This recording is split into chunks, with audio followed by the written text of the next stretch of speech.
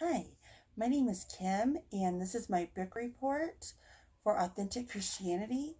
I chose to do my book report over the book Screwtape Letters. This is a copy of the book by C.S. Lewis. This book was an interesting book. I've read a few other C.S. books by C.S. Lewis in the past, and this was written with his same penmanship, in the same style of writing that he does, but I'd never read a book quite like this before. It was interesting the way it was written in letter form from a an experienced demon, Screwtape, to his nephew, Wormwood. And in the series of letters, Screwtape is trying to guide his nephew in leading a young gentleman into an eternity of hell instead of ever finding Christ. However, by chapter 2, Wormwood is not successful, and this gentleman did accept the Lord. And then the whole book is about him trying to lead him away from the Lord and trying to manipulate his Christian walk in different ways that he tries to do that. Satan throughout the book is referred to our Father below. God is referred to as the enemy, and in this, some of the general misleadings that happened between that Screwtape was trying to get Wormwood to mislead the gentleman in. One of the things I thought was interesting is how he wanted to keep the thoughts out of our mind. He said a lot of times Christians think the devil puts thoughts in our mind, and he said that it's not necessarily always the thoughts put into our mind, but much more the thoughts kept out of our mind. And I thought that was interesting, where we always think about the battleground of the mind, and how I'm growing closer to the Lord, like recognizing those thoughts and taking every thought captive. But what we don't think about is those times whenever maybe those thoughts of, I should be thinking about things pure and holy and right and just, that that I'm not doing those things when I should. And so I thought that was interesting, in how Screwtape was focused on keeping thoughts out of the gentleman's mind as well. And then also, he wanted the gentleman's prayers. He said, we might not be able to keep him from praying, but what we can do is pervert the nature of his prayers. And like whenever he was praying for charity, don't just have him pray for charity. Make him feel like he has to feel charitable. When he's praying for forgiveness, make him feel like he needs to feel forgiven, so that all of his prayers are based on feelings, and the answers to them must be based on how they're feeling. So how effective his prayers are by how I feel about it. And I've seen that even in Christians today, about how if they feel that the service was great, or they feel like that whatever opportunity they had, or they feel like, yes, God led me to do this certain thing, but if it didn't feel like it turned out quite right, then they go away feeling defeated, and all of that was just about feelings instead of reality of following the Lord and doing what's right and resting in that. He also talked about ownership, and how humans talk about my boots in the same tone that they do talk about my God, and how that becomes prideful, because then it's almost like they have an ownership of God, like they have an ownership of their boots. And I thought that was an interesting point to bring up.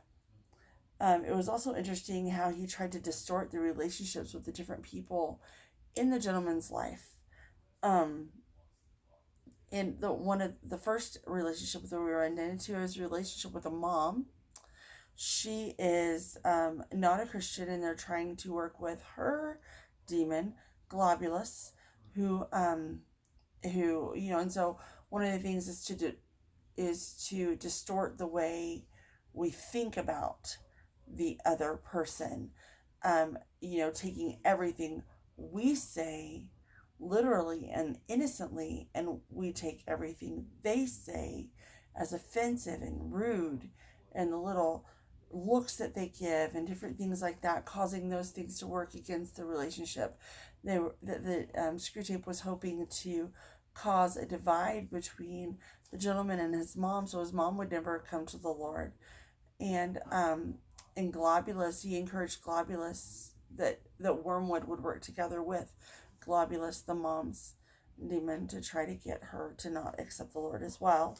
And during this, after he became a Christian, also he became friends with worldly friends.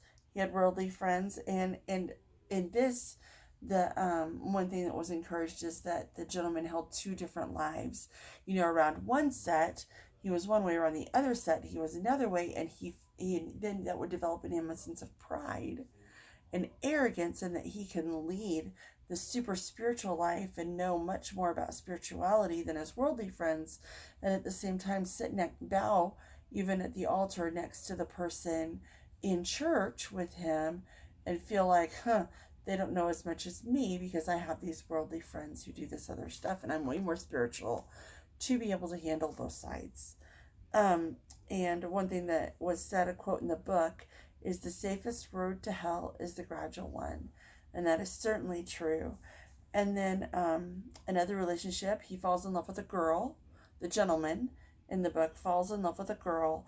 And one of the things that I thought was interesting is as this gentleman is falling in love and thinking about marriage, the enemy was wanting, that Screwtape was encouraging Wormwood to distort the potential future marriage even from the time of courtship, when everything is generally forgiven and in good spirits and everyone loves each other and no one can do anything wrong. We'll start putting those deep felt hidden things in them that later will come up as, oh, I remember back whenever we were just dating or just courting, that these things were a problem then, so they're a much bigger problem now. It's just too nice to mention them then. And that they even work then. And also that when speaking about love and marriage, get the people to have false ideas of what love is and what marriage is and the loyalty and commitment that marriage really is. He wanted to distort those things so that they wouldn't really hold those as true in their lives. The next one was a relationship the girl brought him into relationship with some more of her Christian friends who had been Christians for a long time, and Screwtape said, oh, this isn't a good deal, but maybe we can still work this to our advantage. All mortals tend to turn into the thing they pretend to be, he said. And he encouraged Wormwood to try to get him to lean towards being a Pharisee, being like a whitewashed tomb. He knew all the stuff, he knew the right motions, he knew how to act, he knew all of these things, and he was trying to distort that relationship. One shocking thing was that the gentleman was killed. This book is set during the European War, and one shocking thing was this.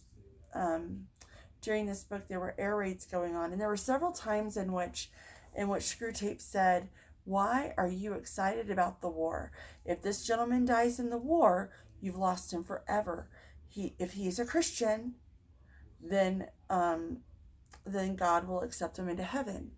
And Screwtape called Wormwood.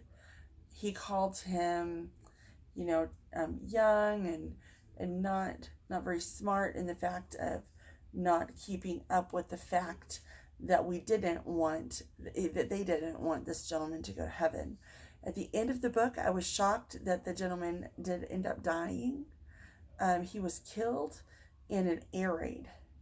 And so that was a surprising turn of events. I kind of hoped that the gentleman would get married and that the Screwtape would just say, this guy's a lost cause. But he didn't. And in the end, whenever the gentleman went to heaven, he looked back and he saw Wormwood for who he was. And the gentleman realized that all those thoughts and all those feelings that were wrong and false, he realized just how many of them were, and who were what it truly is, and who God truly is. And he was forever in heaven with the Lord, which is awesome. But I was kind of hoping that, like I said, the book would end with him marrying the girl and the demons just laying off, and not hurting him anymore, and trying to manipulate him anymore.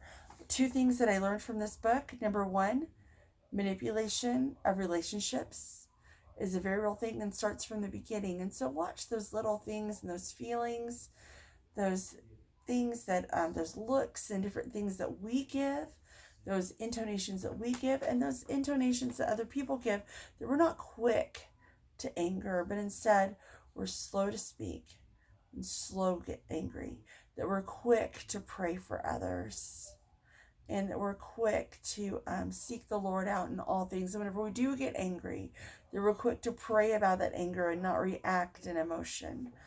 The second thing that I learned is that our prayers are okay.